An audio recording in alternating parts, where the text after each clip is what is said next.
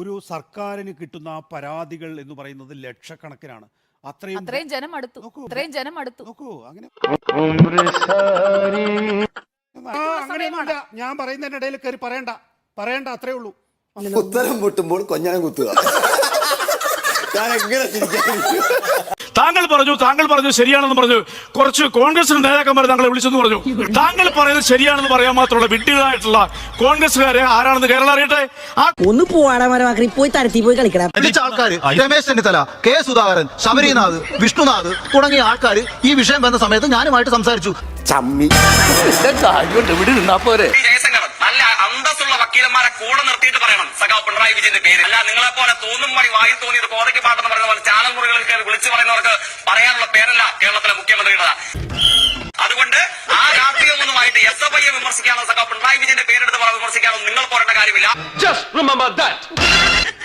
അങ്ങനെ പറഞ്ഞാൽ നല്ല അന്തസ്സുള്ള മറുപടി നൽകാൻ ഞങ്ങൾക്കറിയാം. അത് ശ്രീ ജയശങ്കർ ഓർത്തു വെച്ചാൽ നല്ലത്. ഒന്ന് പോടാ പറഞ്ഞേ.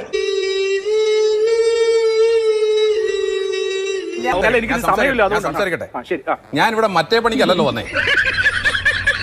എന്നോട് CPM-ൽ നിന്നും BJP-ലേക്ക് പോയിട്ടുള്ള ചില ആളുകളുടെ പേര് ചോദിച്ചു. ഞാൻ പറയാൻ എഴുതിയെടുത്തോളൂ, അറിഞ്ഞുകൂടെങ്കിൽ എഴുതിക്കോളൂ. മുബഷർ അലി 2008 മുതൽ 2023 വരെ CPM-ന്റെ MLA ആയിരുന്നു. ഇപ്പൊ BJP-ലാണ്. അശോക് ദിന്ദ BJP പോയി. അദ്ദേഹത്തിന്റെ പ്രവർത്തന